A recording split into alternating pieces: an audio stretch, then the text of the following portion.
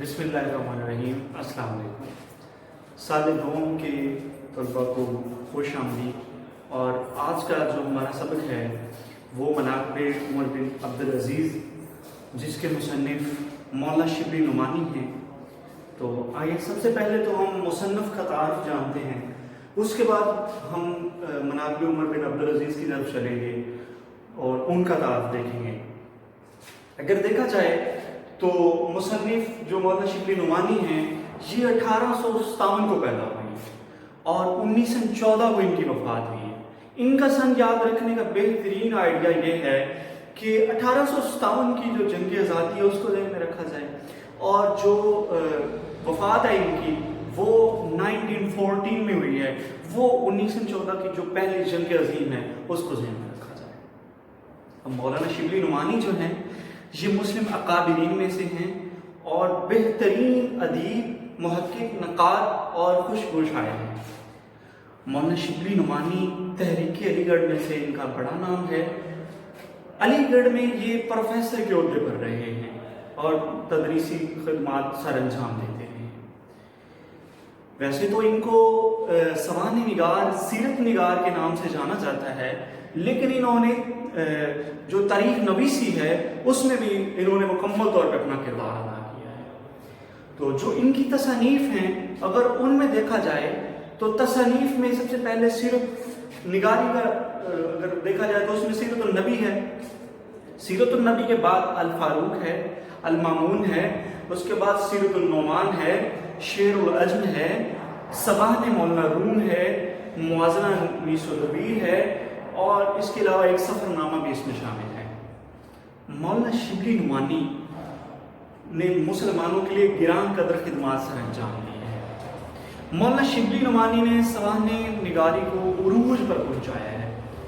اگر اردو ادب کی بات کی جائے تو اس میں ان کی گران قدر خدمات ہیں مولانا شبلی نعمانی رحمہ اللہ۔ اور مولانا شبلی نعمانی نے جب بعد میں وہ اعظم گڑھ میں منتقل ہوئے تو اعظم گڑھ میں انہوں نے ایک ادارہ قائم کیا جس کا نام انہوں نے دار المصنفین رکھا۔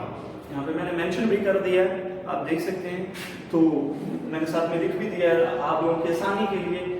انہوں نے ادارہ دار جو تھا وہ لکھا، منصفین جو تھا انہوں نے قائم کیا۔ اچھا، اب ہم آتے ہیں مناقب عمر بن عبدالعزیز کی طرف۔ تو مناقب عمر بن عبدالعزیز کی طرف آنے سے پہلے حضرت عمر بن عبدالعزیز کا تعارف کروانا چاہتا ہوں۔ بعض لوگ یہ غلطی کرتے ہیں کہ وہ عمر بن عبدالعزیز کو بھی ایک صحابی سمجھتے ہیں، رضی اللہ تعالیٰ عنہ لکھتے ہیں، حالانکہ یہ صحابی نہیں ہیں۔ یہ بنو امیہ کے 13 خلفاء میں سے یہ 8ویں خلیفہ ہیں، اور یہ ان کے ساتھ ہم رحمہ اللہ لکھیں گے، رحمت اللہ علیہ لکھیں گے، صحابی نہیں لکھیں گے۔ ان کی جو خلافت کا دور ہے وہ صرف 3 سال، تقریباً 3 سال کا عرصہ ہے، اور بہترین خلافت کا ان کا دور ہے۔ اس سے پہلے اگر دیکھا جائے تو جو بنو امیہ کے جو خلفاء آئے ہیں ان کی جو خلافت ہے وہ بدترین دور سے منسوب کی جاتی ہے۔ اگر ان کے ہم تعارف میں جائیں تو جو ان کی والدہ ماجدہ ہیں ان کا نام بھی میں نے مینشن کر دیا، اوپر لکھ دیا ہے، ام عاصم ان کا نام ہے، وہ حضرت عمر بن خطاب کی پوتی ہیں۔ تو اس نسبت سے عمر بن خطاب جو ہیں وہ یہ حضرت عمر بن عبدالعزیز کے محسن ہیں، یہ ان کی لڑی سے ہیں حضرت عمر بن عبدالعزیز جو ہیں۔ تو اگر ان کی بات کی جائے ان کی زندگی کی، خلافت سے جو ان کی پہلے کی زندگی ہے، اگر ہم اس کو دیکھتے ہیں تو ہمیں ایک بات سمجھ میں آتی ہے کہ ان کے والد جو ہیں وہ 21 سال تک گورنر رہے ہیں۔ اگر وہ 21 سال تک گورنر رہے ہیں تو ان کی زندگی بڑی شاہانہ ہے، یہ بہت شاہانہ طرز کی زندگی انہوں نے گزاری ہے۔ آپ دیکھیں کہ اس قدر شاہانہ زندگی گزاری ہے کہ ایک لباس جو ایک دفعہ زیب تن کر لیا ہے اس کو دوبارہ انہوں نے زندگی میں کبھی نہیں پہنا، اور اس قسم کا عطر استعمال کرتے تھے کہ اگر صبح کے وقت لگا کہ یہ کسی ایک گلی سے گزر جایا کرتے تھے تو سارا دن اس گلی میں اس عطر کی مہک رہتے تھے۔ یہ ان کی شاہانہ زندگی تھی، اور جیسے ہی یہ خلافت پر متمکن ہوئے تو پھر کیا ہوا؟ پھر ہم دیکھتے ہیں کہ یکسر تبدیلی آ گئی۔ یکسر تبدیلی کیسے آ گئی؟ ان کی طبیعت جو تھی وہ کس طرح سے نرمی سادگی کی طرف آ گئی. وہ یوں ہے کہ واقعہ یوں ہے کہ ایک مطلب کہ ان کے سامنے ایک واقعہ پیش آتا ہے کہ جو عمر بن عبدالعزیز ہیں، یہ ان کے جو بچہ ہے یا ان کی جو بیوی ہے وہ ان کو کہتے ہیں کہ مجھے نئے کھلونے چاہیے، کپڑے چاہیے، تو آپ جو ہے نا ہمیں لے کر دیں. تو یہ کہتے ہیں کہ اس وقت تو ممکن نہیں ہے، کیونکہ جو مہینہ ہے اس میں بھی کچھ دن پڑے ہیں اور یہ مہینے کے بعد مجھے بیت المال سے تنخواہ ملے گی. لیکن یہ کیا کرتے ہیں، ان کو کہا جاتا ہے، بیوی کی طرف سے فورس کیا جاتا ہے کہ آپ بیت المال کا جو خزانچی ہے اس کو لکھیں کہ ہمیں اگلے ماہ کی تنخواہ جو ہے وہ ایڈوانس میں دے دیں، تو پیشگی دے دیں تاکہ ہم اپنی ضروریات پوری کر سکیں، کیونکہ عید کا موقع ہے. تو لہٰذا ہر بچہ جو ہے وہ نئے کپڑے اور کھلونے چاہ رہا ہے اور لیے ہیں بچوں نے، تو ایک خلیفہ وقت کا بچہ ہے اس کے پاس نہیں ہے، تو اس طرح تو ماں کا دل بھی دہل گیا.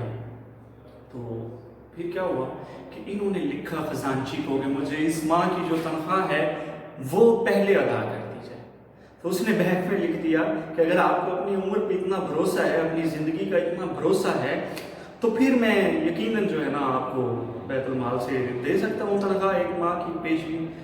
تو یہ جب الفاظ انہوں نے سنے، وہ پڑھے، تو انہوں نے اللہ کا شکر ادا کیا کہ اللہ تعالیٰ کا شکر ہے کہ اللہ تعالیٰ نے مجھے اس بات سے بچا لیا، اگر مجھے اس سے پہلے موت آ جاتی تو میں اپنا قرض کیسے ادا کرتا. یہ ہے حضرت عمر بن عبدالعزیز. اچھا ایک بات میں اور کلیئر کرنا چاہوں گا، حضرت عمر بن عبدالعزیز جو ہیں ان کے بارے میں کچھ لوگ رضی اللہ تعالیٰ عنہ لکھ دیتے ہیں، حالانکہ یہ رضی اللہ تعالیٰ عنہ نہیں ہیں. یہ بنو امیہ کے 8ویں خلیفہ ہیں. ٹھیک ہے، تو حضرت عمر سے ان کی نسبت ہے، خاندانی ہے، کیونکہ ام عاصم جو ان کی والدہ ہیں وہ حضرت عمر بن خطاب کی پوتی ہیں. اچھا اس کے علاوہ ہم دیکھتے ہیں ان کی جو طبیعت ہے، جو ان کا رجحان ہے، وہ غیر مسلموں کے ساتھ بڑا معتدل سا ہے. غیر مسلموں کے ساتھ ان کا جو سلوک ہے وہ بڑا بہترین ہے. غیر مسلموں کے ہاں یہ مہمان ٹھہرتے ہیں، ان کے پاس سے کھانا کھاتے ہیں اور کھانا کھانے کے بعد خود ہی ان کو قیمت ادا کر دیتے ہیں. جی ان کا اس میں سلوک ہے غیر مسلموں کے ساتھ. اور پھر کیا ہے کہ ایک عام انسان کی طرح زندگی گزارتے ہیں. انہوں نے لنگر خانہ میں 1 درہم بھیجا کرتے تھے یہ، اور اسی سے یہ کھانا کھایا کرتے تھے، لنگر خانہ سے، جہاں سے عام لوگ کھاتے تھے. حالانکہ دیکھا جائے تو ایک خلیفہ وقت ہے، خلیفہ وقت کو تو یہ اختیار حاصل ہے کہ وہ چاہے جس قسم کے مرضی کھانے کھائے، جس قسم کے وہ مرضی پہناوے پہنے، لیکن نہیں، ایسا نہیں کرتے. جیسے ہی سلطنت کا بوجھ آیا ہے، خلیفہ بنے ہیں، تو پھر یقیناً اور وہ زندگی جو تھی اس کو مسترد کر دیا، مکمل طور پہ ڈل گئے، سادگی کو طبیعت نے چن لیا، اور اس طرح وہ اپنی طبیعت کو جو ہے نا اعتدال پہ گیا ہے. اس سے پہلے دیکھا جائے جو بنو امیہ کے حکمران ہیں، یا اس کے بعد اگر دیکھا جائے تو وہ اسی طرح عمرا کے زوم میں ہی رہے ہیں، عمرا کی اسی زندگی گزاری ہے. لیکن حضرت عمر بن عبدالعزیز نے انکساری، عاجزی اور سادگی کی زندگی گزاری. ان کے 3 سال کا جو عرصہ ہے سلطنت کا، حکومت کا، خلافت کا، انہوں نے بڑی سادگی کے ساتھ، عدل و انصاف کی فراوانی کے ساتھ انہوں نے زندگی گزاری. ان کو جو مذہبی حیثیت حاصل ہے عمر بن عبدالعزیز کو، وہ حضرت عمر کی وجہ سے ہے، کیونکہ حضرت عمر کی جو سلطنت تھی یا جو ان کی خلافت تھی، ان کی جو امتیازی اصول تھے وہی ان کی سلطنت کے امتیازی اصول تھے، اس لیے ان کو عمر ثانی بھی کہا جاتا ہے.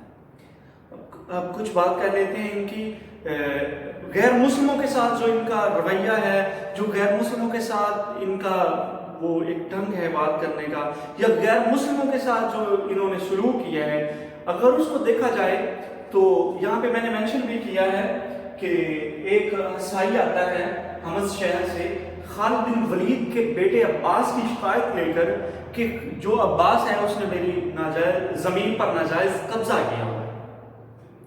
تو اب دیکھا جائے تو ولید کا بیٹا خالد وہ بھی خلیفہ کا بیٹا ہے، لیکن حضرت عمر بن عبدالعزیز نے کیا کیا ہے، وہ زمین اس کو واپس کروا دی. آج کل کے اگر دور میں دیکھا جائے، کوئی معزول گورنر ہو یا کوئی معزول وزیر اعظم ہو، کوئی اس طرح کا خلیفہ ہو، تو اس کی جو فیملی ہے یا اس کا کوئی بیٹا ہو تو اس طرح کی زمین اس کے پاس ہو تو مجال ہے کہ وہ واپس کرے، یا اس طرح کا کوئی حکمران دعویٰ کر دے کہ نہیں اس کو واپس کر دو جس کی زمین ہے، ایسا ہرگز نہیں۔ اچھا، ان کی امتیازی صفتوں میں سے ایک ان کا جو وصف ہے وہ یہ تھا کہ بنو امیہ کے جتنے بھی حکمران ان سے پہلے آئے ہیں انہوں نے علماء کرام کے بولنے پہ پابندی لگا دی۔ نہ صرف پابندی لگائی بلکہ کسی بھی انسان کو آزادی رائے کا کوئی حق نہیں تھا۔ اگر کوئی بھی حکومت پہ، سلطنت پہ، خلافت پہ ایک لفظ بھی تنقید کا بولتا تو اس کو سزا بھگتنا پڑتی۔ لیکن انہوں نے کیا کیا؟ انہوں نے علماء کرام کو ہی نہیں باقی عوام کو بھی مکمل اختیار دیا ہے کہ آپ لوگ مکمل طور پہ آپ کو اختیار ہے کہ آپ مجھ پہ تنقید کر سکتے ہیں، جو کام میں ٹھیک نہیں کرتا اس کی اصلاح کے لیے مجھے کہہ سکتے ہیں۔ اور اس کام کے لیے حضرت عمر بن عبدالعزیز نے کچھ لوگوں کی ایک شورا یعنی جماعت بنائی اور ان کو یہ مکمل اختیار دیا کہ جہاں پہ میں غلط کام کر رہا ہوں، غلط بات کر رہا ہوں، آپ مجھے ٹوک سکتے ہیں۔ دیکھیں، خلیفہ وقت ہو، وقت کا حاکم ہو، بادشاہ ہو، اس کے سامنے تو کسی کی جرت نہیں ہے کہ وہ کوئی بات کر سکے۔ لیکن عمر بن عبدالعزیز ان کی طبیعت کا یہ خاصہ ہے کہ انہوں نے اس قسم کا مطلب کہ کام کیا کہ اپنے اوپر بھی تنقید کرنے کے لیے لوگوں کی جماعت بیٹھا۔ یہ حضرت عمر بن عبدالعزیز ہیں۔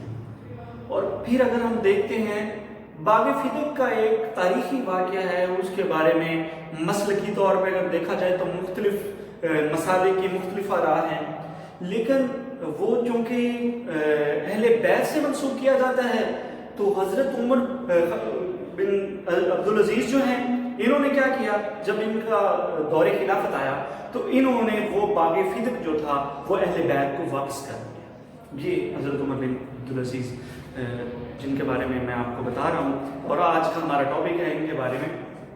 اگر ہم دیکھتے ہیں کہ جو الفاظ ہیں، جو حق گوئی ہے، وہ ایک انسان اگر بلند کرتا ہے تو بنو امیہ کے دور کے جو پہلے ان سے جو خلفاء رہے ہیں انہوں نے اس کو دبانے کی کوشش کی ہے، اور آج کے دور میں بھی کچھ اس طرح کے کام ہم دیکھنے میں ہمیں ملتے ہیں کہ آج کل کے بھی جو حکمران ہیں ہمارے، وہ بھی ہمیں بولنے کا پوری طرح حق نہیں دیتے، وہ بھی ہمارے آزادی رہ جو ہے اس کو سلب کر دیتے ہیں۔ لیکن انہوں نے کیا کیا ہے؟ انہوں نے حق بات کی تائید کی ہے، نہ صرف تائید کی ہے بلکہ اس کے بارے میں ڈٹ کر کھڑے ہوئے۔ اور پھر اس کے علاوہ اگر ہم دیکھیں تو یہ ایک بہترین حکمران کے طور پہ سامنے آئے ہیں، بہترین حکومت کی ہے، انتظامی معاملات میں بھی انہوں نے گراں قدر خدمات سر انجام دی ہیں۔ اور پھر جو مین مسئلہ تھا بنو امیہ کی جو سلطنت کا مین جو ایشو تھا وہ یہ تھا کہ جو ان سے پہلے حکمران تھے انہوں نے اپنے جو منظور نظر لوگ تھے یا جو ان کے رشتہ دار تھے ان کو زمینیں الاٹ کر دی تھیں۔ زمینیں کن کی تھیں؟ وہ غیر مسلموں کی تھیں یا مسلمانوں کی تھیں جو کمزور تھے، جو بنو امیہ کی آل سے نہیں تھے۔ لیکن جیسے یہ خلافت پر متمکن ہوئے انہوں نے کیا کام کیا؟ جن کی زمینیں تھیں ان کو واپس لوٹا۔ اب ان کا ایک غلام ہے، وہ غلام ان کے نزدیک بہت مطلب کہ ان کی قدر و منزل تھی، وہ غلام ان کے بیٹے عبد الملک کے پاس جاتا ہے اور کہتا ہے کہ تمہارے باپ نے وہ ساری زمینیں واپس کر دی ہیں، جو تمہارے پاس جائیداد تھی جن لوگوں کی تھی ان کو واپس کر دی ہے، تمہارے لیے اس نے کچھ نہیں رکھا، تو یہ ایسا کیوں ہے؟ مطلب کہ تمہیں تو آواز بلند کرنی چاہیے۔ تو بیٹا جو ہے وہ بھی باپ کے نقش قدم پہ چل رہا ہے، اس میں وہ فوراً جاتے ہیں والد کے پاس اور کہتے ہیں کہ آپ کے ہمارے پاس سندیں موجود ہیں، جو زمینیں ہمارے پاس یا ہمارے عمراء کے پاس جو زمینیں غیر مسلموں کی یا غریب لوگوں کی زمینیں ہمیں الاٹ کی گئی ہیں ان کی جو سندیں ہیں وہ ہمارے پاس موجود ہیں، آپ ایسا کریں کہ وہ ان کو ختم کر دیں، ان کو کاٹ ڈالیں کینچی کے ساتھ سارے لوگوں کے سامنے۔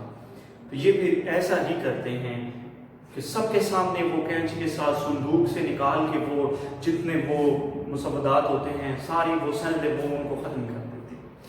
تو عزیز طلباء، ہم نے دیکھا ہے کہ عمر بن عبدالعزیز کی جو شخصیت ہے وہ اس کی جتنی بھی خوبیاں ہیں وہ حضرت عمر بن خطاب سے ملتی جلتی ہیں۔ اس لیے ابن جوزی کا یہ جو مضمون ہے، یہ جو تصنیف ہے سیرت العمرین، اس کو آخذ کرتے ہوئے مولانا شبلی نعمانی نے انتہائی بہترین انداز میں حضرت عمر بن عبدالعزیز پر خامہ فرسائی کی ہے اور ان کے اوصاف امیدہ کو اس طرح سے عیاں کر دیا ہے کہ ایک عام قاری جو ہے وہ بھی پڑھے تو وہ بھی ان کی شخصیت سے لطف اندوز ہوئے بغیر نہیں رہ سکتا۔